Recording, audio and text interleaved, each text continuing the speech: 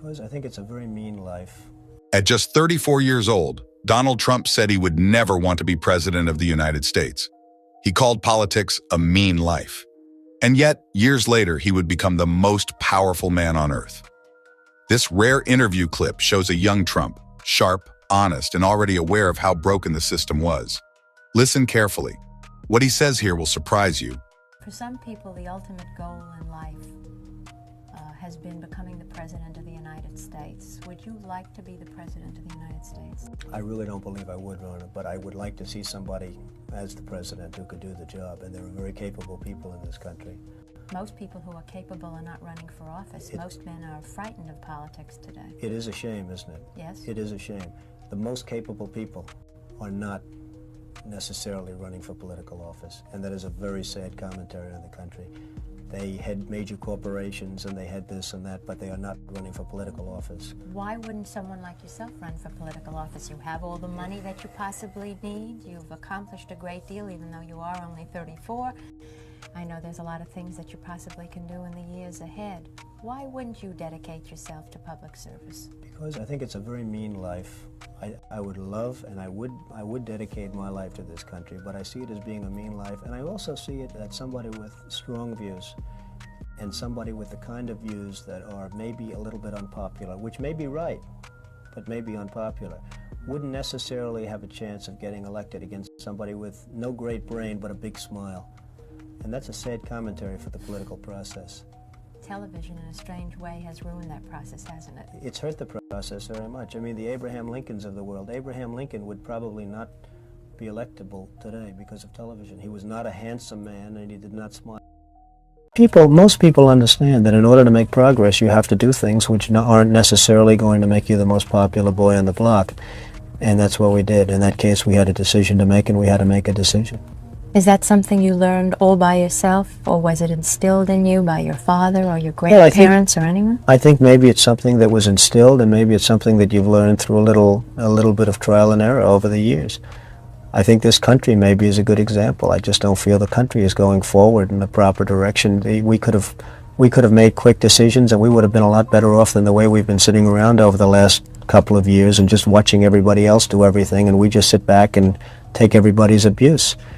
It's a very sad situation that somebody isn't there making the decisions and pushing the right and proper, I don't want to use the word buttons, frankly, but pushing the right levers so that we can go out and do things as we're supposed to be doing them. You are a mover, you are a doer. If you could make America perfect, how would you do it? Well, I think that America is a country that has tremendous, tremendous potential. I think that much like the mind, I think that America is using very, very little of its potential. I feel that this country with the proper leadership can go on to become what it once was. And I hope, and certainly hope, that it does go on to be what it should be. What should it be? Well, it should really be a country that gets the respect of other countries. Is respect the most important thing in your opinion? Well, respect can lead to other things. When you get the respect of the other countries, then the other countries tend to do a little bit as you do, and you can create the right attitudes. The Iranian situation is a case in point. That they hold our hostages is just absolutely and totally ridiculous. That this country sits back and allows a country such as Iran to hold our hostages, to my way of thinking, is a horror. And I don't think they'd do it with other countries.